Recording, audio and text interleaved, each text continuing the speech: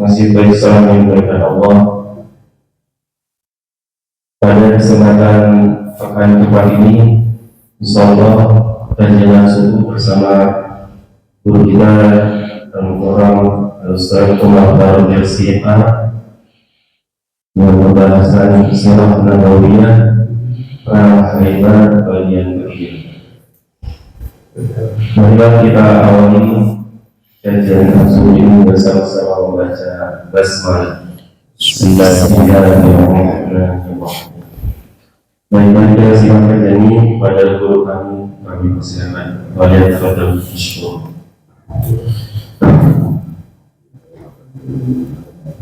Bismillahirrahmanirrahim. Assalamualaikum warahmatullahi wabarakatuh. Alhamdulillahi rabbil alamin. Alhamdulillahilladzi hadana lihadza wa ma kunna linahtadiya laula an hadana Allah. Asyhadu an la ilaha illallah wahdahu la syarika lah wa asyhadu anna Muhammadan abduhu wa rasuluh la nabiyya ba'dah. Allahumma salli wa sallim wa barik ala nabiyyina wa sayyidina wa uswatina wa qudwatina Muhammad sallallahu alaihi wasallam wa ala alihi wa ashabihi ajma'in. Allahumma anfa'na bima 'allamtana wa 'allimna ma yanfa'una wa zidna 'ilman nafi'an wa alhiqna bis salihin. Rabbi shrah li sadri wa yassir li amri wahlul 'uqdatam min lisani yafqahu qawli. Para hadirin yang dimuliakan Allah, alhamdulillah, marilah kita selalu bersyukur kepada Allah Subhanahu wa ta'ala, bersyukur dengan lisan mengucapkan alhamdulillah, juga bersyukur dengan hati dengan menyadari bahwa semua nikmat yang Allah berikan kepada kita semuanya dari Allah, bukan karena kehebatan kita, bukan karena keringat kita, bukan karena kecerdasan kita. Dan juga nikmat dengan perbuatan, yaitu dengan menggunakan nikmat-nikmat Allah pada hal-hal yang diridhai oleh Allah Subhanahu wa ta'ala. Dengan memperbanyak syukur, maka insyaallah Allah akan meridhai kita dan memberikan kepada kita istiqamah, dan Allah akan menambahkan nikmat-nikmatnya kepada kita semua. Salawat dan salam tak lupa kita haturkan kepada Nabi kita, Nabi Muhammad sallallahu alaihi wasallam, juga kepada para keluarga beliau, para sahabat beliau, dan seluruh pengikut beliau. Dan semoga kita bisa selalu mengikuti ajaran-ajaran beliau, dan juga semoga dengan kita mempelajari sirah nabawiyah, kita semakin kenal dengan Rasulullah sallallahu alaihi wasallam, semakin kenal dengan ajaran-ajaran yang beliau bawa, dan semakin yakin, semakin mantap bahwa semua yang beliau ajarkan, semua yang beliau bawa itu mengandung maslahat dan juga rahmat lil alamin. Ya, mengandung rahmat, kasih sayang lil alamin, bukan hanya untuk manusia tapi lil alamin, untuk semesta alam, untuk bumi dan seisinya, manusianya, hewannya, tumbuhannya, dan seterusnya. Karena hadirin yang dimuliakan Allah, banyak orang zaman sekarang mudah sekali untuk mencaci Rasulullah. Bahkan cacian kepada Rasulullah itu keluar dari lisan seorang muslim. Kalau keluar dari lisan non-muslim, wajar. Tapi cacian kepada Rasulullah ya keluar dari lisan seorang muslim. Dan kesalahan sedikit saja yang dilakukan oleh Rasulullah menurut pandangan mereka itu sudah membuat mereka itu bisa meninggalkan Islam secara keseluruhan. Ya, sedangkan orang-orang yang mereka jadikan panutan, yang mereka jadikan pegangan dan pedoman, mereka melakukan kesalahan sebanyak apapun, ya mereka seakan-akan tidak melihatnya. Ya, jadi banyak orang mengkritik Rasulullah dari sisi bahwa Rasulullah berperang, ya, dari sisi bahwa Rasulullah menikah dengan banyak wanita. Ya, tapi kalau kita tanya, kamu panutannya siapa? Disebutkanlah tokoh-tokoh barat. yang mereka sejatinya juga berperang, bahkan melakukan penjajahan, ya, bahkan mereka tidak menikahi wanita-wanita, hanya digunakan sebagai pemuas nafsu saja.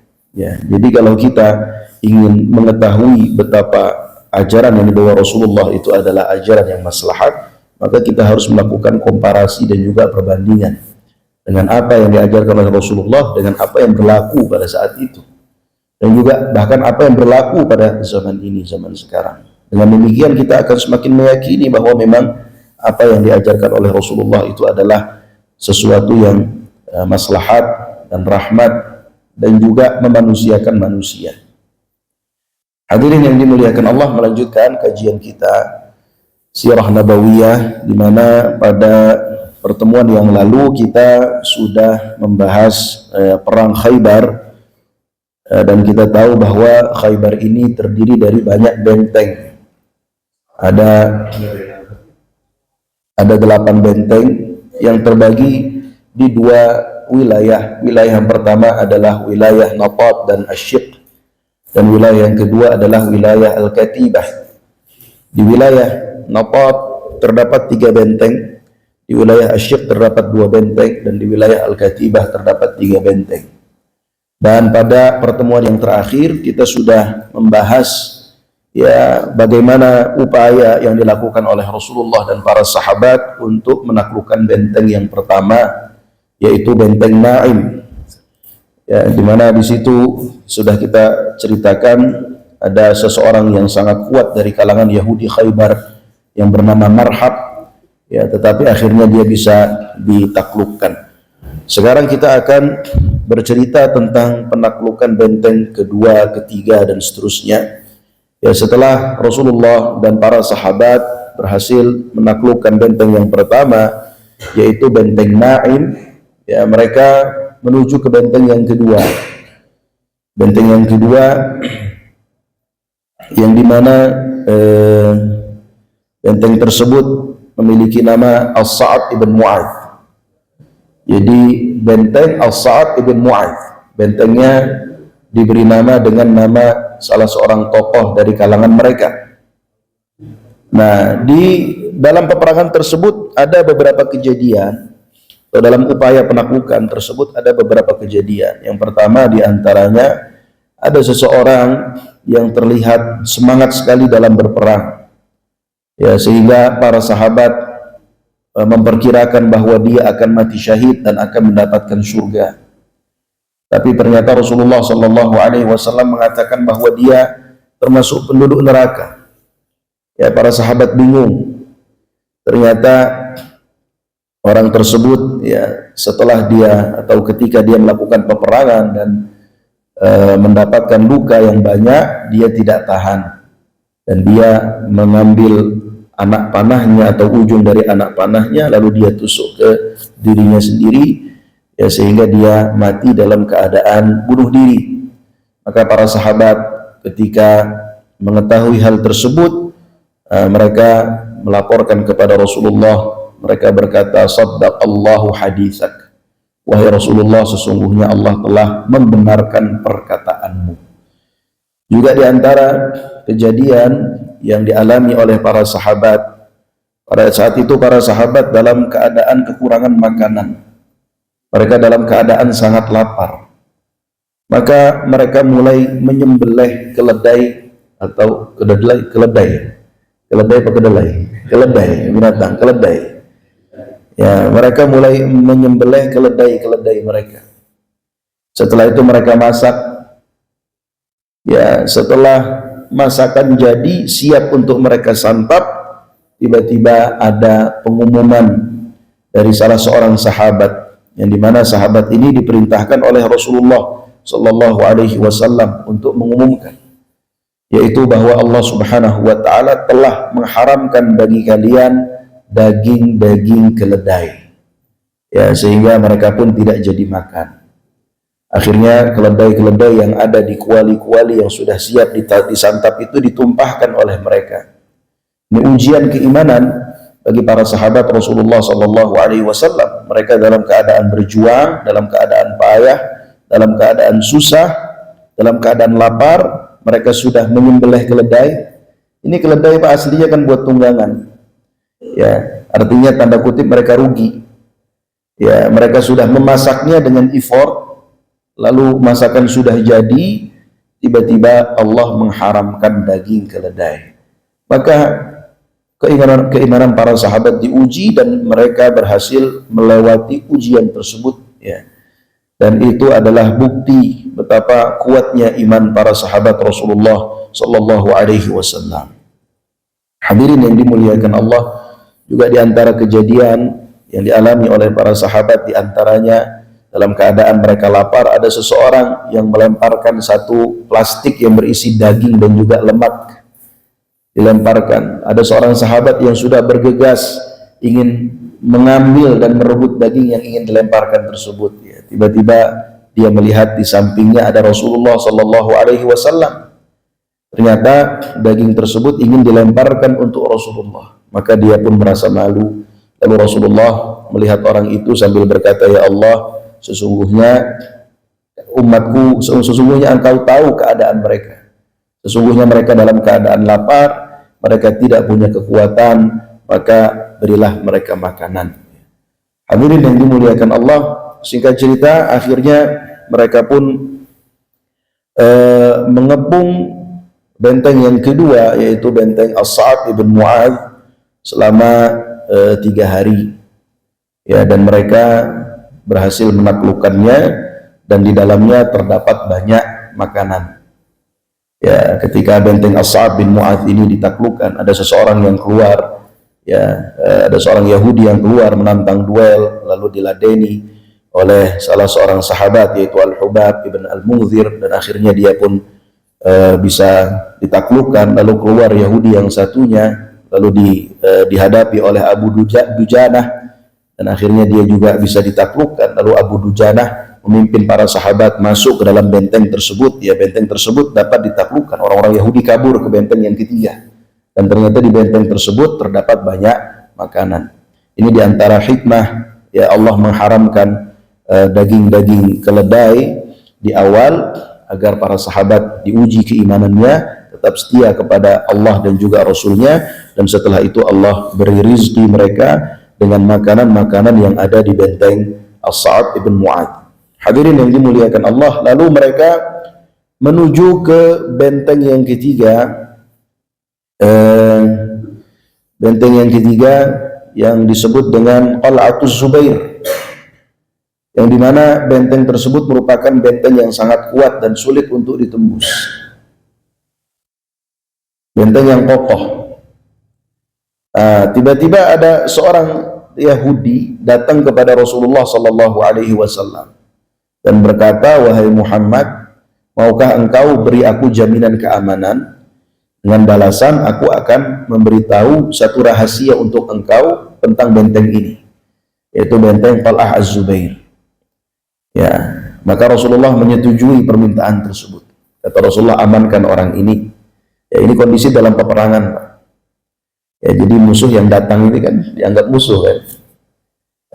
Kalau dia tidak mendapatkan jaminan keamanan, dia pastinya dia akan dihabisi.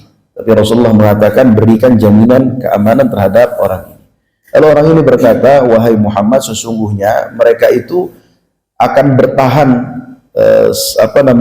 berapa lama pun engkau mengepung benteng tersebut, mereka tetap akan bertahan di dalam. Mereka tidak akan keluar." Kenapa? Karena benteng tersebut tersambung dengan saluran air, dengan mata air, sehingga mereka tidak butuh untuk meninggalkan benteng tersebut. Ya, maka orang tersebut melanjutkan, "Kalau engkau ingin membuat mereka keluar, tutuplah mata air yang tersambung dengan benteng tersebut." Maka Rasulullah pun menutup mata air sehingga mereka pun lama-lama kehabisan air dalam benteng, dan mau tidak mau akhirnya keluar dan menghadapi kaum muslimin pada saat itu. Dan tentunya ketika duel berhadapan antara kaum muslimin dengan orang-orang Yahudi sangat mudah untuk ditaklukkan, sehingga benteng yang ketiga pun akhirnya takluk. Ya. Hadirin yang dimuliakan Allah, selesailah mereka dari penaklukan di wilayah yang pertama, yaitu wilayah Matat, yang terdiri dari 3 benteng, benteng Naim, ya, benteng As-Sa'b bin Mu'adz, dan juga benteng Qal'atus Zubair. Sekarang mereka berarah atau mengarah ke benteng-benteng berikutnya di wilayah Asy-Syiq. Jadi di wilayah Matat 3, di wilayah Asy-Syiq ada 2 benteng. Yang pertama adalah benteng Ubay. Ya, benteng Ubay ini juga termasuk benteng yang kuat, benteng yang sulit untuk ditembus, tapi Rasulullah dan para sahabat berhasil menembus benteng tersebut, ya. Lalu mereka juga berupaya untuk menembus benteng berikutnya, yaitu benteng Nizar. Benteng Nizar ini juga merupakan benteng yang kuat, dan mereka yakin bahwa kaum muslim ini tidak akan mampu untuk menembus benteng Nizar, ya, karena secara bangunan benteng yang sangat kokoh, tidak bisa ditembus, dan Rasulullah mendapatkan perlawanan yang cukup sengit di benteng Nizar, karena di atas benteng itu ada pasukan-pasukan yang memanahi Rasulullah dan para sahabat dari atas, ya, dan juga melemparkan batu-batu. Ini tentu menyulitkan. Kita berbicara tentang peperangan yang terjadi di zaman itu, tidak ada tembakan, tidak ada pistol, tidak ada pesawat, tidak ada tank, ya. Yang mereka punya hanyalah pedang dan juga anak panah. Kalau mereka berada di luar benteng dan musuh dalam benteng, tentu dalam benteng itu kan ada lubang-lubang pengintai, ada lubang-lubang yang mereka bisa melesatkan anak panah, tentu mereka akan kesulitan. Maka pada saat itu Rasulullah memerintahkan para sahabat untuk menyiapkan manjanik, ya. Manjanik ini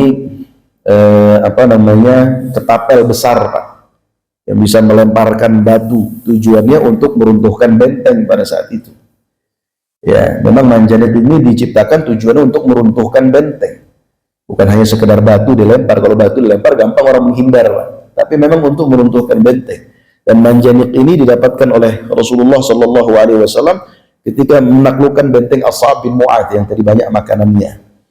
Ya, akhirnya manjanik pun disiapkan, batu pun dilempar dengan manjanik, dan akhirnya benteng itu bisa bolong. Benteng Nizar itu bisa bolong. Ketika benteng itu bolong, sehingga Rasulullah dan para sahabat punya akses untuk masuk dan menyerang mereka. Maka singkat cerita, benteng Nizar pun dapat ditaklukkan. Jadi 5 benteng di wilayah yang pertama, yaitu wilayah Matat dan juga Asy-Syiq, semuanya bisa ditaklukkan oleh Rasulullah Sallallahu Alaihi Wasallam. Maka mereka pun Rasulullah dan para sahabat menuju ke wilayah yang kedua, yaitu wilayah Al-Katibah, yang dimana di wilayah kedua ini ada 3 benteng, ya. Ada 3 benteng di mana para orang-orang Yahudi berkumpul di sana. Hanya saja para ulama, para ahli sejarah berbeda pendapat apakah 3 benteng ini ya dapat ditaklukkan oleh Rasulullah dengan peperangan atau dengan perjanjian damai. Perjanjian damai dalam artian mereka menyerah, gitu ya, kepada Rasulullah Sallallahu Alaihi Wasallam. Kalau menurut Al-Imam Ibnu Ishaq, ya, seorang ahli sejarah, orang yang pertama kali menuliskan sejarah Rasulullah yang hidup kurang lebih pada abad ke-2 atau ke-3 Hijriah, beliau mengatakan benteng yang pertama terjadi peperangan. Benteng yang pertama dari wilayah yang kedua ini, dari wilayah Al-Katibah. Adapun benteng kedua dan benteng ketiga, mereka menyerah kepada Rasulullah Sallallahu Alaihi Wasallam. Dan di benteng yang pertama itulah Safiyah bintu Huyai bin Akhtab ditawan, gitu ya, akhirnya dinikahi nanti oleh Rasulullah Sallallahu Alaihi Wasallam. Jadi Safiyah bintu Huyai bin Akhtab, ayahnya namanya Huyai bin Akhtab, dan Huyai bin Akhtab ini salah satu tokoh, ya, dari Bani An-Nawir, salah satu klan Yahudi yang pernah tinggal di Madinah, lalu diusir oleh Rasulullah Sallallahu Alaihi Wasallam karena mereka melakukan makar, ingin membunuh Rasulullah, ya. Dan makar itu otaknya adalah Huyai bin Akhtab. Maka Rasulullah pun mengusir mereka. Ya, sebagian dari mereka ada yang lari ke Syam, sebagian dari mereka ada yang tinggal di Khaybar. Di antara yang tinggal di Khaybar adalah Huyai bin Akhtab. Nah, Huyai bin Akhtab lah yang menyebabkan perang Khandaq. karena dialah otak dari pergerakan 10.000 pasukan menuju kota Madinah, itu tahun ke-5 Hijriah, perang Khandaq. Jadi memang begitulah di antara di antara hal yang dimiliki oleh orang Yahudi, mereka bisa melakukan makar sehingga menyebabkan peperangan-peperangan. Dan itu terjadi sampai zaman sekarang. Sampai zaman sekarang peperangan-peperangan yang ada di negeri-negeri kaum muslimin di Timur Tengah, itu kalau ditarik ke atasnya itu semuanya otaknya adalah Yahudi. Ya, saya dengar seorang profesor dari salah satu universitas di Amerika, dia mengatakan Netanyahu ini telah membuat Amerika ya dalam perang berkepanjangan dengan Timur Tengah katanya. Karena memang di tahun 90-an dia berkata kalau kita ingin jadi dia punya proyek begitu ya, New Middle East yang baru. Proyeknya adalah Middle East yang baru karena dia ingin membuat kerajaan Daud itu yang petanya sudah ada di baju tentara Israel, ya kan, yang membentang dari Israel yang sekarang dari Palestina lalu ke daerah Suriah, sebagian Irak, sebagian Arab Saudi, sebagian Mesir. Ya, dia ingin caplok semua. Ya, sebagian Lebanon sekarang juga sudah dijajah, Lebanon selatannya, dan sudah dipasangi tembok-tembok. Ya, kalau kita tidak update tentang berita, ya mungkin kita akan ketinggalan berita, nggak tahu apa yang mereka lakukan saat ini. Tapi apa yang mereka cita-citakan itu sampai sekarang masih mereka lakukan. Tadi malam baru Gaza juga dibom lagi, 22 orang meninggal. Jadi walaupun katanya sudah gencatan senjata, tetap bom masih ada, walaupun tidak semasif kemarin ketika perang. Ya, tetap bom masih ada, masih dijatuhkan sesekali, seminggu sekali, seminggu 2 kali, gitu ya. Dan apa yang terjadi di Sudan itu juga bagian dari makar mereka. Belum lama, mungkin 2 pekan yang lalu, saya ada Zoom dengan teman-teman alumni Sudan dan juga dengan duta besar Sudan di Indonesia. Duta besar Sudan di Indonesia sudah mengatakan bahwa memang di balik konflik yang ada di Sudan sekarang di Darfur, itu di baliknya adalah Emirat, yang dimana di balik Emirat adalah Israel. Karena di Darfur itu ada cadangan ada gunung emas, ada cadangan emas dan juga cadangan uranium. Jadi memang kelebihan mereka, tanda kutip ya, mampu untuk melakukan makar sehingga orang itu berperang. Huyai bin Akhtab melakukan hal itu. Dia bisa mengumpulkan 10.000 orang, itu kan nggak mudah Pak negonya. Ya kan, 6.000 dari Mekah dan 4.000 dari kabilah-kabilah yang lain menyerang kota Madinah. Ya, jadi dia ini Huyai bin Akhtab adalah tokoh yang membuat kekacauan lah di Madinah. Maka pada saat itu ketika Rasulullah menyerang Khaybar dan menaklukkan benteng yang pertama dari wilayah yang kedua ini, ya, di antara yang ditawan pada saat itu adalah Sofiyah binti Huyai bin Akhtab. Jadi bapaknya ini penjahat, tapi anaknya menjadi ummul mukminin. Nanti dia akan masuk Islam dan dinikahi oleh Rasulullah Sallallahu Alaihi Wasallam. Nah, hadirin yang dimuliakan Allah, Sofiyah ini punya suami ketika ditawan, ya. Suaminya namanya Kinanah bin Abil Huqaiq. Nah, Kinanah bin Abil Huqaiq inilah yang melakukan negosiasi dengan Rasulullah Sallallahu Alaihi Wasallam. Ini Kinanah bin Abil Huqaiq ini mengatakan kepada Rasulullah, wahai Muhammad, turunlah, kita bernegosiasi. Ya,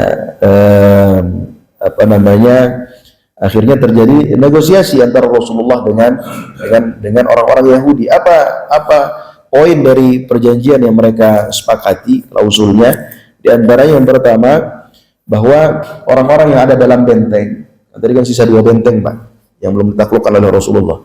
Ya, jadi para orang-orang yang ada dalam benteng, para pejuang, para prajurit dari kalangan Yahudi yang ada dalam benteng itu tidak boleh dibunuh. Mereka dibiarkan untuk bebas. Itu yang pertama. Yang kedua, anak-anak dan juga wanita itu juga tidak ditawan, mereka dibiarkan bebas. Ya, yang ketiga, mereka meninggalkan Khaybar dalam keadaan tidak membawa apapun. Jadi tidak ada yang boleh dibawa. Harta mereka harus ditinggalkan dan juga senjata mereka harus ditinggalkan, emas dan perak harus ditinggalkan, bahkan mereka pakaian tidak boleh mereka bawa. Yang boleh mereka bawa hanya pakaian yang melekat di tubuh mereka saja. Dan mereka diizinkan untuk pergi. Dan ini disepakati oleh mereka sendiri, ini permintaan mereka. Ya, yang terakhir adalah klausul yang terakhir, jaminan Allah dan Rasulnya itu akan hilang dari mereka ketika mereka menyembunyikan sesuatu dari Rasulullah Sallallahu Alaihi Wasallam. Akhirnya perjanjian ini disepakati. Ya, hadirin yang dimuliakan Allah, setelah perjanjian disepakati, tiba-tiba mereka melakukan nego lagi dengan Rasulullah Sallallahu Alaihi Wasallam. Ya, apa nego mereka? Wahai Muhammad, sudahlah, kami tidak usah pergi dari negeri ini. Coba betapa baiknya Rasulullah lah. Kami tidak usah pergi dari negeri ini. Ini negeri kami dan kami yang bisa mengurusnya, kami yang paling tahu tentang negeri ini, kami yang paling tahu tentang tanah ini, kami yang paling bisa untuk membuat tanah ini subur. Gitu ya. Kami yang paling bisa untuk membuat tanah ini subur. Sudah, kalau begitu wahai Muhammad, ya, kami tidak usah pergi, kami yang mengurus tanah ini, tapi setengah dari hasilnya nanti kami akan berikan kepada engkau. Ya, jadi mereka negosiasi kepada Rasulullah Sallallahu Alaihi Wasallam dan nego ini diterima oleh Rasulullah Sallallahu Alaihi Wasallam. Akhirnya yang mengurus tanah Khaybar adalah dari kalangan mereka sendiri. Nah, hadirin yang dimuliakan Allah, maka pada saat itu kaum muslimin mendapatkan harta yang sangat banyak. Karena klausul yang pertama tetap dijalankan, yaitu harta yang ada semua diambil oleh kaum muslimin, itu sudah disepakati. Ya, tapi yang mereka harus pergi, ya kan, akhirnya dibatalkan Rasulullah. Mereka bisa tetap tinggal di sana sambil mengurusi harta mereka dan setengahnya dibagi kepada kaum muslimin, ya. Dan Rasulullah setuju dengan hal itu dengan satu syarat. Kalau kapanpun saya ingin mengusir kalian, ya maka maka kalian harus pergi. Karena aslinya mereka kan di kesepakatan yang pertama mereka harus pergi, gitu kan? Ya, tapi Rasulullah beri kesempatan mereka untuk mengurusi. Mereka pun setuju dengan poin tersebut, ya. Hadirin yang dimuliakan Allah, sehingga kaum muslimin mendapatkan ghanimah yang sangat-sangat banyak pada saat itu. Ya, sampai Aisyah mengatakan dahulu kami tidak pernah kenyang dengan kurma, gitu ya. Setelah Khaybar ditaklukkan, akhirnya kami pun kenyang. Ini menunjukkan betapa hidup para sahabat di Madinah itu hidup yang penuh dengan kekurangan. Ya, hidup yang penuh dengan kekurangan. Pernah suatu ketika ada seseorang datang kepada Aisyah minta makan, di rumahnya cuma ada setengah kurma. Ya, cuma ada satu biji kurma. Cuma ada satu biji kurma. Ini di rumah istri pemimpin tertinggi pada saat itu. Ya, jadi memang hidup mereka penuh dengan kekurangan. Jadi makanan yang disukai oleh para sahabat itu sebenarnya gandum, bukan kurma. Mereka lebih pilih gandum. Kurma itu pilihan second choice lah. Tapi walaupun sudah second choice, mereka mengatakan kami tidak pernah kenyang dengan kurma. Jadi dengan makanan pilihan kedua saja mereka tidak kenyang, apalagi dengan yang utamanya gandum, gitu ya. Nah, maka setelah Khaybar ditaklukkan, mereka pun mendapatkan harta yang banyak. Apalagi setelah itu Khaybar mengirimkan setengah hasil panennya. Itu atas permintaan mereka sendiri. Hadirin yang dimuliakan Allah, dan Rasulullah membagi-bagi ghanimah, gitu ya, kepada para mujahidin. Ya, kepada orang-orang yang ikut menaklukkan perang Khaybar. Dan yang ikut perang Khaybar, semua yang ikut perang Khaybar adalah semua yang ikut perjanjian Hudaybiyah. Kecuali satu sahabat yang tidak ikut, yaitu Jabir bin Abdullah. Ya, jadi mereka semua dibagi oleh Rasulullah Sallallahu Alaihi Wasallam dengan adil. Hanya tidak semua harta dari ghanimah itu dibagi oleh Rasulullah. Hanya setengahnya saja yang dibagi kepada para pejuang. Yang setengahnya lagi dibawa ke Madinah untuk mengurusi kota Madinah bagi tamu-tamu yang datang, bagi orang yang kesusahan, ya, untuk operasional lah di kota Madinah. Dan setengahnya itu yang dibagi kepada para pejuang. Nah, Rasulullah bagi dengan adil. Bagi yang kudanya dipakai untuk peperangan, maka dia akan mendapatkan 2 saham. Bagi yang berperang dengan berjalan kaki, tidak menggunakan kuda, ya, maka dia akan mendapatkan 1 saham. Bagi yang berperang, dianya ikut berperang dan menggunakan kudanya sendiri, maka dia akan mendapatkan 3 saham. Saham kuda 2, saham dirinya 1. Nah, dibagi dengan cara demikian oleh Rasulullah Sallallahu Alaihi Wasallam. Dan Jabir bin Abdullah, ya, karena dia tidak ikut berperang, dia juga tetap mendapatkan bagian, tetap dibagi oleh Rasulullah Sallallahu Alaihi Wasallam. Kenapa yang dibagi oleh Rasulullah hanya setengah saja, setengah dari total ghanimah yang setengahnya lagi untuk kota Madinah, karena tidak setiap benteng itu takluk dengan peperangan. Ya, 2 benteng terakhir kan takluk dengan sulh, dengan perjanjian damai. Hadirin yang dimuliakan Allah, ada beberapa kisah yang menarik yang terjadi dalam peperangan ini. Di antaranya ada seorang badui yang ikut berperang bersama Rasulullah. Dia masuk Islam lalu ikut berperang bersama Rasulullah sallallahu alaihi wasallam dalam perang Khaybar ini. Ya, dan posisi dia adalah menjaga di belakang. Gitu ya. Dan dalam peperangan pasti ada taktik, tidak semua maju ke depan, ada yang menjaga di belakang. Nah, orang badui ini dia tugasnya menjaga di belakang. Dan dia tidak tahu di depan sana ada ghanimah yang sedang dibagikan. Ya kan? Tapi Rasulullah sallallahu alaihi wasallam mengatakan jangan lupakan dia. Dia mendapatkan bagian. Maka para sahabat pun mengantarkan bagian tersebut kepada badui ya tersebut. Lalu orang badui ini berheran. Dia mengatakan, apa ini? Kata para sahabat, qasamahullahu laka Rasulullah atau qasamahu laka Rasulullah. Rasulullah yang membagi ini untukmu, ini bagian dari ghanimah. Lalu dia membawa harta itu menemui Rasulullah. Wahai Rasulullah, sesungguhnya saya masuk Islam dan saya ikut berjihad bersamamu. Tujuannya bukan ingin mendapatkan ini. Tujuan bukan ingin mendapatkan ini, kata dia. Tapi tujuan saya adalah agar ada anak panah yang menembus leher saya dan saya mendapatkan syahid. Ya. Jadi dia walaupun secara status sosial badui itu kan orang yang hidup jauh dari peradaban, Pak. Hidup di tengah padang pasir, yaitu orang badui. Biasanya jauh dari peradaban. Biasanya orangnya kasar-kasar. Sampai sekarang masih ada badui. Masih ada badui. Ada daerah namanya Za'ablutin di Arab Saudi. Itu letaknya di padang pasir, Pak. Jadi Arab Saudi kalau kita lihat petanya itu ada setengah dari negaranya itu isinya padang pasir. Seperempat maksud saya, seperempat negara itu padang pasir. Nggak ada yang tinggal kecuali beberapa kabilah badui. Gitu ya. Dia mau ke kecamatannya itu 5 hari. Di padang pasir itu 5 hari. Karena jaraknya 1.200 km dan tidak ada jalan yang normal aspal. Jadi jalan pasir. Jadi butuh waktu yang lama. Gitu ya, untuk bisa ke kotanya gitu ya, atau kabupatennya, Kabupaten Ahsa di timur Saudi. Ya sampai sekarang masih ada, itu orang Badui. Jadi kata orang Badui ini setelah mendapatkan harta dari Rasulullah, kata dia, saya masuk Islam dan berjihad bukan ingin mendapatkan harta ini, tapi agar ada anak panah yang menusuk ke leher saya sehingga saya mati syahid. Kata Rasulullah, in tasduqillah yasduqka. Kalau engkau jujur sama Allah, maka Allah akan merealisasikan perkataan kamu.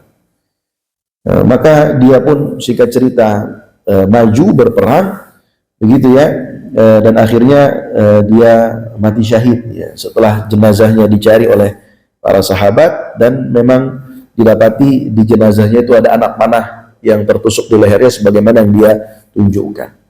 Ya, ini pelajaran yang penting yang bisa kita ambil dari kisah ini, bahwa niat itu penting. Niat ikhlas lillahi ta'ala itu penting. Adapun yang lainnya yang mengikuti seperti ghanimah atau apa itu bonus ya. Dalam kita menjalani kehidupan ini, apa yang kita dapatkan, misalkan kita mendapatkan gaji atau kita mendapatkan apa ya, itu bonus. Ada seseorang mengajarkan Al-Quran, dari mengajarkan Allah dia dapat gaji. Ada orang mengajarkan ilmu agama, dia mendapatkan gaji. Mengajarkan ilmu agama di sekolah, dia dapat gaji. Itu anggaplah itu bonus. Tapi niat yang utamanya adalah ikhlas lillahi ta'ala, ingin menyebarkan agama Islam, agar agama Islam ini dapat difahami oleh manusia. Agar manusia tidak tersesat begitu ya dalam memahami agama Islam. Yang seperti itu insya Allah Allah akan balas dengan balasan yang banyak di hari kiamat kelak. Juga di antara kisah yang terjadi ketika perang Khaybar, ya, ada seseorang dari Asja' ya, dari Bani Asja', yang dimana dia berperang dan meninggal, lalu dibawa jenazahnya oleh para sahabat agar disolatkan oleh Rasulullah SAW. Ternyata Rasulullah tidak mau menyolatkan sahabat ini. Ya, kata Rasulullah, sesungguhnya dia telah melakukan ghulul. Apa itu ghulul? Yaitu mengambil harta sebelum dibagikan. Ya, mengambil harta sebelum dibagikan, mengambil ghanimah sebelum dibagikan. Dan itu hukumnya dalam Islam tidak boleh. Semua ghanimah itu harus dikumpulkan, baru nanti dibagikan oleh pemimpin tertinggi. Kalau zaman Rasulullah adalah Rasulullah, kalau zaman para khalifah adalah para khalifah, ya, atau wakil dari khalifah. Jadi tidak boleh ada yang disembunyikan sedikit pun. Ya. Kata Rasulullah, saya tidak mau menyalatkan karena dia telah melakukan ghulul. Maka para sahabat mengecek tubuhnya. Ternyata di tubuhnya memang ada sesuatu yang disembunyikan, yang harganya sangat remeh, hanya 2 dirham. Ya. Mungkin 2 dirham itu 100.000 lah kalau zaman sekarang. Ya, sesuatu yang sangat remeh. Ini menunjukkan bahwa pemimpin boleh memberi pelajaran dan juga mengambil sikap ketika terjadi pelanggaran di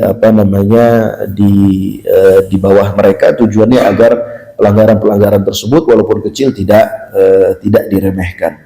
Hadirin yang dimuliakan Allah, juga di antara kejadian yang terjadi ketika perang Khaybar, yaitu Kinanah bin Abil Huqaiq yang tadi melakukan negosiasi dengan Rasulullah sallallahu alaihi wasallam, yang dia merupakan suami dari Safiyah binti Huyai bin Akhtab, itu ternyata menyembunyikan harta. Tadi kan klausul yang keempat itu atau yang kelima, bahwa mereka selamat gitu ya, tidak boleh dibunuh dan boleh bebas, dengan syarat harta harus mereka tinggalkan. Kalau mereka menyembunyikan sesuatu dari Rasulullah, maka jaminan itu akan hilang dari mereka. Ternyata Kinanah bin Abil Huqaiq ini menyembunyikan sesuatu, yaitu harta mertuanya, harta Huyai bin Akhtab. Jadi Huyai bin Akhtab ini ketika diusir oleh Rasulullah dari kota Madinah, dia membawa harta yang banyak, gitu ya, harta Bani An-Nadir. Huyai bin Akhtab sudah terbunuh setelah ketika setelah perang Khaybar itu. Jadi dibawa hartanya ke Khaybar dan disimpan di sana, disembunyikan di Khaybar. Dan hartanya banyak, terdiri dari emas, berlian-berlian dan seterusnya. Nah, Rasulullah bertanya kepada Kinanah dan kepada saudaranya Kinanah, di mana hartanya Huyai bin Akhtab. Kata saudaranya Kinanah, azhabathu al-hurub, ya, harta ini telah habis karena peperangan dan juga karena hajat-hajat. Kita kan punya hajat, hartanya habis. Kata Rasulullah, al-ahdu qarib. Ya, al-ahdu qarib. Ya, itu baru saja 2 tahun yang lalu, masanya masih dekat. Nggak mungkin harta sebanyak itu habis. Ya kan? Akhirnya ada seseorang yang mengatakan, saya pernah melihat Huyai bin Akhtab itu melewati daerah ini, gitu ya, daerah tertentu di Khaybar. Akhirnya Rasulullah perintahkan sahabat untuk mencari hartanya, daerah itu ternyata ketemu. Maka Rasulullah pun akhirnya penggal kepala Kinanah dan juga saudaranya karena dia tidak menepati perjanjian. Ya. Setelah itu tidak lama setelah itu Rasulullah menikahi Safiyah bintu Huyai bin Akhtab. Hadirin yang dimuliakan Allah, juga di antara kejadian yang terjadi di perang Khaybar adalah Rasulullah diracun ya oleh seorang wanita yang menghidangkan makanan daging untuk Rasulullah Shallallahu Alaihi Wasallam. Beliau sudah memasukkan daging ke mulutnya, sudah beliau kunyah, tapi tiba-tiba beliau beliau mengatakan, daging ini mengabarkan kepada saya bahwa dia diracun. Ya. Dan itulah yang dirasakan oleh Rasulullah Shallallahu Alaihi Wasallam sampai meninggal dunia. Ada yang mengatakan, ada satu riwayat yang mengatakan bahwa racun itulah yang mempengaruhi Rasulullah sehingga beliau sakit ya sampai beliau meninggal dunia. Hadirin yang dimuliakan Allah, sehingga setelah itu terjadi selesai perang Khaybar, dan Rasulullah mengirimkan surat kepada Raja Najasyi, Raja Habasyah, ya, karena di Habasyah itu kan masih ada kaum muslimin di sana yang hijrah tahun kelima kenabian, ya kan, tahun kelima kenabian ada kaum muslimin hijrah ke sana dan tinggal di sana, masih tinggal di sana. Di antaranya sepupu Rasulullah yang bernama Ja'far bin Abi Thalib dan juga sebagian kaum muslimin. Rasulullah mengirimkan surat kepada An-Najasyi dan mengatakan, wahai Najasyi, perintahkan kaum muslimin yang ada di sana untuk pulang ke Madinah dan mohon disiapkan kapal-kapal dan juga logistik yang mereka butuhkan. Dan Raja Najasyi raja yang baik, dan akhirnya beliau pun menyiapkan kapal-kapal dan juga kebutuhan-kebutuhan untuk safar kaum muslimin. Dan sehingga cerita kaum muslimin yang ada di Habasyah tiba di Madinah Dan Rasulullah sangat senang ya kembali bertemu dengan sepupunya itu Ja'far bin Abi Thalib ya. Karena terpisah sudah cukup lama, tahun 5 kenabian sampai tahun ke-7 Hijriah, artinya 5 kenabian, hijrah kan tahun 13 kenabian. Ya kan, berarti 8 tahun tambah 7 Hijriah. Ya, berarti paling enggak 14 atau 15 tahun terpisah Rasulullah dengan sepupunya. Maka sampai beliau mengatakan, saya tidak tahu mana yang lebih membuat saya senang, takluknya Khaybar atau datangnya Ja'far bin Abi Thalib. Hadirin yang dimuliakan Allah, itulah kisah tentang perang Khaybar ya. Dengan ditaklukkannya Khaybar pada saat itu, sehingga kaum muslimin semakin memiliki kekuatan di Jazirah Arab ya. Dan juga Khaybar, mereka orang-orang Yahudi di sana tetap tinggal di sana, mengurusi tanah mereka yang sudah menjadi milik kaum muslimin pada saat itu. Dan nanti mereka akan diusir di zaman Umar bin Al-Khattab ya, sehingga mereka lari ke Syam karena lagi-lagi makar yang mereka buat gitu ya.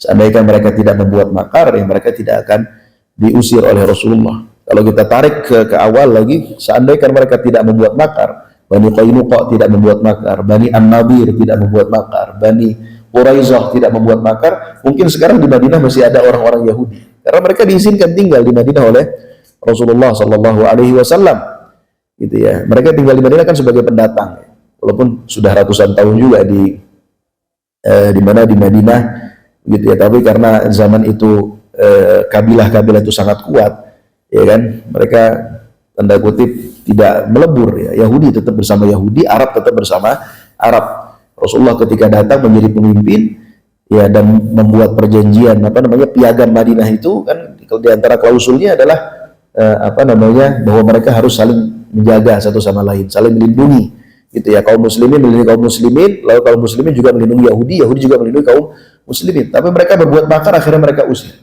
Kalau mereka tidak berbuat makar, hidup damai saja, ya mungkin sampai sekarang masih ada orang-orang Yahudi tinggal di kota Madinah. Tapi begitulah hikmah Allah dan sunnatullah, akhirnya mereka terusir. Dan mereka di zaman Umar bin Khattab juga karena makar yang mereka buat terusir dari Khaybar, sehingga pada saat itu tidak ada lagi orang-orang Yahudi di Jazirah Arab. Kalaupun ada orang-orang yang tidak punya power, orang-orang yang tidak punya kekuatan. Makanya sampai sekarang kalau kita ke Khaybar, kata orang sana masih ada kabilah-kabilah Yahudi, kita tahu dari nama kabilahnya, tapi tidak banyak, sedikit. Ya, hadirin yang dimuliakan Allah, itulah kurang lebih tentang kisah dari perang Khaybar.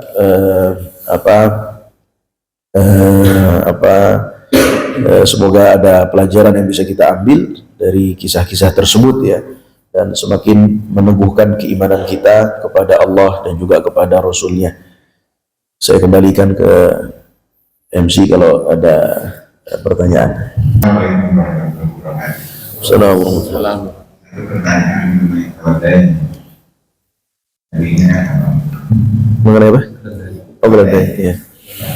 Di Indonesia mungkin bukan ada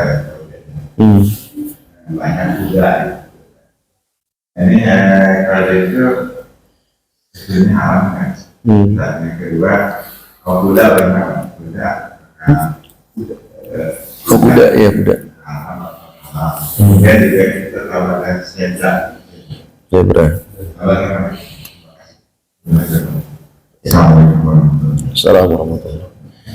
Jadi kalau keledai itu haram dan disepakati haramnya, karena tadi Rasulullah mengharamkan ketika perang Khaybar ya. Di Indonesia mungkin tidak banyak, tapi di negeri Arab banyak, di Mesir banyak, di Sudan banyak, di Saudi dulu banyak, sekarang sudah tidak ada. Ya, keledai satu binatang yang jinak, memang Allah ciptakan untuk menjadi tunggangan. Tapi dia binatangnya kecil, tidak seperti kuda. Kalau kuda kan besar. Jadi biasanya dia, kalau keledai itu untuk muter-muter dalam kota, kalau kuda dan onta untuk keluar kota. Kalau kuda lebih condong untuk berperang, kalau onta untuk keluar kota. Itu zaman dulu demikian.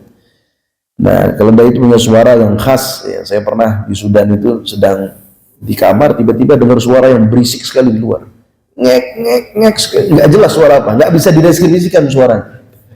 Saya lihat jendela, oh ternyata di lapangan itu, di samping rumah itu, rumah kontrakan gitu ya, di lapangan itu ada keledai yang sedang diikat oleh tuannya dan dia bersuara, mengeluarkan suara gitu. Memang seperti disebutkan dalam Al-Quran, ya suara yang paling jelek ya suara keledai. Jadi ya haram, keledai haram. Susunya ya haram, tapi dia tidak najis. Ya. Dia tidak najis dalam artian kalau orang menunggangi keledai, ya tidak perlu membersihkan apa-apa karena dia tidak najis. Berbeda dengan anjing, ya kan? Kalau anjing ya najis menurut mazhab Syafi'i. Ya kalau yang lainnya liurnya najis. Ya kalau mazhab Syafi'i kan karena anjing suka menjilat-jilat badannya, jadi seluruh badannya najis saja. Jadi keledai haram. Kalau misalkan kuda, ada khilaf di antara para ulama. Tapi kalau banyaknya mengatakan halal, ya maka kaum muslimin yang ada di Rusia, yang ada di Uzbek, yang ada di negara-negara bekas Rusia itu kan banyak yang makan kuda di sana, ya kan? Jadi makan daging kuda merupakan sesuatu yang biasa di sana. Bahkan waktu saya kuliah di Madinah itu ada teman-teman orang Uzbek atau Kazakhstan, saya lupa, mereka bakar daging kuda di kampus itu. Kalau zebra ada yang mengatakan, jadi Rasulullah mengharamkan keledai al-ahliyah dan menghalalkan keledai al-wahsyiyah. Keledai al-ahliyah ini adalah keledai yang biasa ditunggangi, itu haram. Keledai wahsyiyah itu ada yang mengatakan artinya adalah zebra, sehingga zebra halal. Ya. Jadi zebra itu kan kalau jenisnya ya bagian dari keledai juga, cuman dia keledai wahsyiyah namanya. Al-humurul wahsyiyah itu halal. Kalau al-humurul ahliyah, keledai yang bisa ditunggangi, itu haram. Gitu, Pak. Ada juga namanya bighal, ya. Bighal itu perkawinan antara keledai dengan kuda, itu haram. Juga diharamkan ketika perang Khaybar. Ya.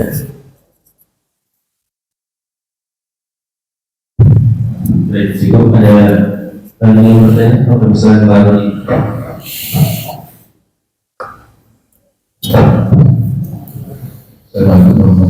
Assalamualaikum. Definisi harta wanita seperti apa? Apakah harta yang dibawa saat perang atau termasuk harta yang di rumah? Iya. Iya.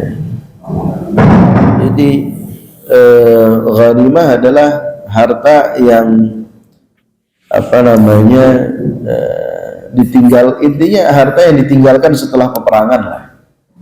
Itu namanya ghanimah. Kalau dalam konteks perang Khaybar itu kan terjadi sulh. Sulh itu kan perjanjian damai dan klausulnya mereka sepakati. Di antara klausul yang mereka sepakati adalah harta itu semua diberikan kepada kaum muslimin dengan syarat mereka diizinkan untuk pergi, tidak dibunuh. Itu kan. Ya udah menjadi ghanimah berarti. Iya.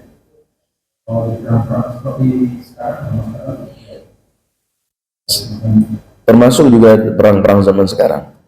Misalkan Palestina melawan tentara Israel, lalu di situ ada tank yang ditinggalkan misalkan, atau ada senjata yang ditinggalkan, atau mungkin ada kalung emas, yaitu bagian dari ghanimah.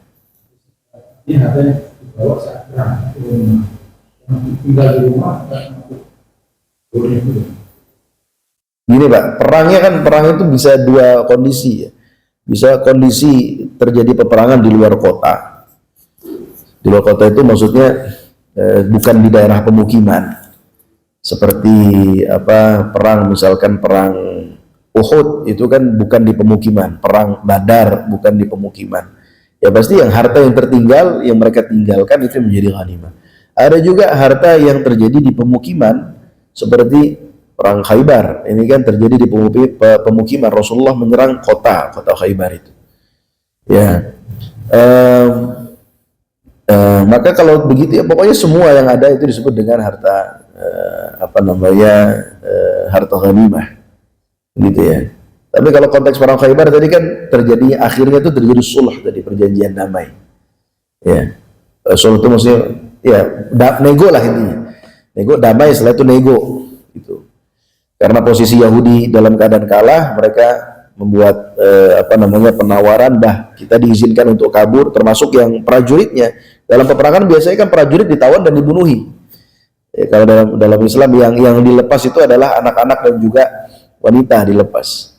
Tapi mereka nego, Kinanah ini nego, prajurit juga dibiarkan keluar, tapi harta kami berikan kepada engkau semuanya. Yaitu menjadi ghanimah. Termasuk yang di rumah-rumah, dalam benteng-benteng. Termasuk ya kebun-kebun mereka. Ya. Itu Pak.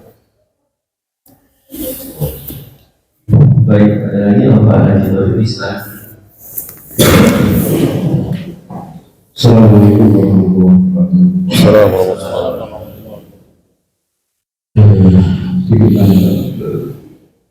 Jadi Khaybar ini masih masuk kawasan Madinah atau tidak di luar Madinah?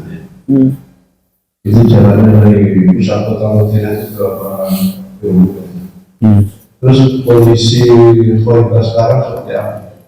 Tadi tahun berkembang di kota yang seperti Taif ya. Ya. Tahun itu yang pertama. Yang kedua tentang pas perang Khaybar ini kan disebutkan dalam buku bahwa perang Khaybar itu termasuk salah satu perang besar di masa Rasulullah. Dan beberapa kali pasukan dari kaum muslim itu dikerahkan pas perang Khaybar itu. Dan juga panglimanya siapa? Ya. Perangnya dari kaum muslim. Yang ketiga, ketika Rasulullah menikahi Sofia binti Huyai bin Akhtar itu usia beliau berapa tahun dan berapa lama beliau menikah dengan Sofia. Kemudian ketika Sofia kan termasuk salah satu putri To'ah ya, Yahudi. Ketika terjadi pernikahan Rasulullah dengan Sofia ini, itu sikap orang yang gimana?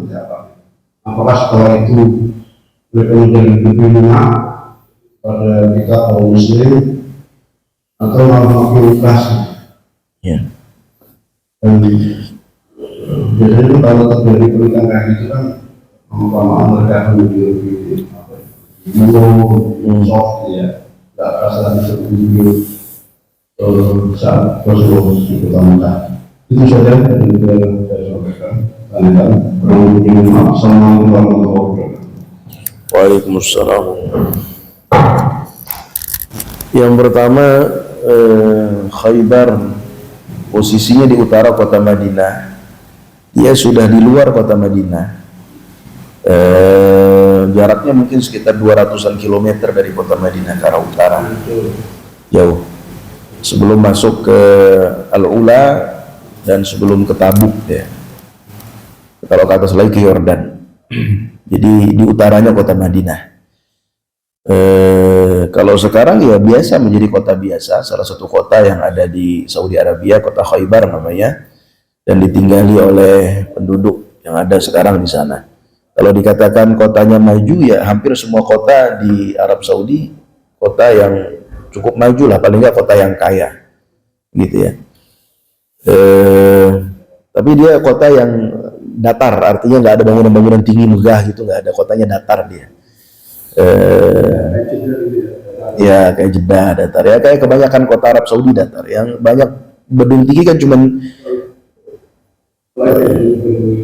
oh ya, Taif secara daerah ya dia di atas, tapi kan juga nggak ada bangunan tinggi.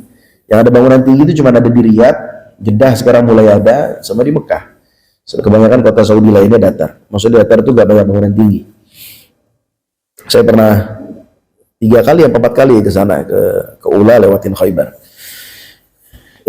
Itu yang pertama. Yang kedua apa tadi Pak? Saya lupa. Panglima perang. Jumlah pasukan itu yang berangkat perang, yang berangkat perjanjian Hudaybiyah kurang lebih jumlahnya 1.600-an orang. 1.600-an orang dan panglimanya adalah Rasulullah langsung. Beliau langsung yang memimpin perang Khaybar. Terus apa lagi tadi? Sofia binti Huyai. Apa tadi pertanyaan Pak? Saya lupa. Dinikahi Rasulullah, wallah alam saya lupa usianya berapa.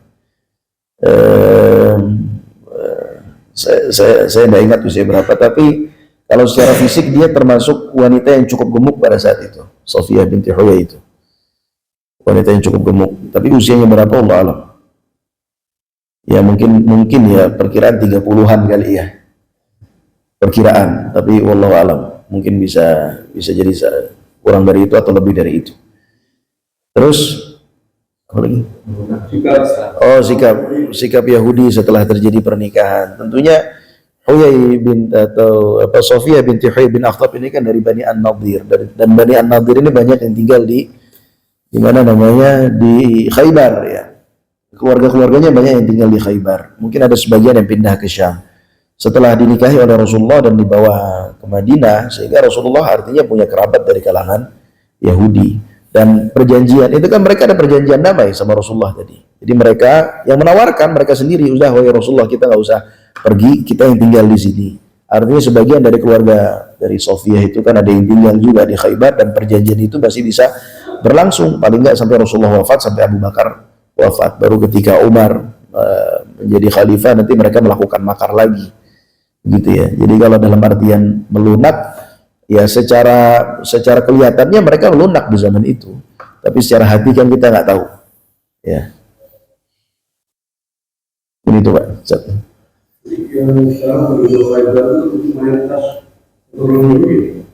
Enggak, karena di zaman Umar bin Khattab kan mereka diusir ke Syam. Karena mereka melakukan makar lagi, akhirnya diusir oleh Umar bin Khattab ke Syam. Dan itu sesuai dengan klausul zaman Rasulullah. Jadi kapanpun mereka ingin diusir, mereka harus pergi gitu ya. Dan mereka sepakati hal itu. Dan kalau tidak mereka buat makar, mereka mungkin sampai sekarang masih tinggal di Khaybar. Tapi karena buat makar oleh Umar bin Khattab diusir. Mungkin masih ada yang tinggal, beberapa klan itu ada yang tinggal, tapi tidak banyak, Pak. Ya. Orang yang kerjanya di situ yang kuat saja gitu. Kalau anak-anak diusir juga. Kalau diusir pasti keluarganya semua bawa, Pak. Kan nggak mungkin anaknya ditinggalin. Ya jadi ya kan, diusir kayak misalkan bapaknya dia ketahuan melakukan makar, dia diusir, kan nggak mungkin dia anak dan istri, pasti anak istrinya diajak juga, dibawa pergi juga kan, Pak. Nggak mungkin dia ditinggalin anaknya gitu. Nggak ada yang tega orang tua pasti tinggalin anaknya. Jadi bawah juga pasti diboyong juga. Iya. Baik, ada semuanya bagi yang ingin bertanya, silakan. Dari luar.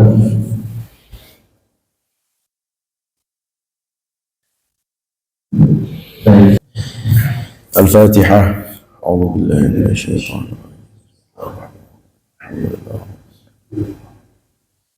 Iyyaka na'budu wa iyyaka nasta'in.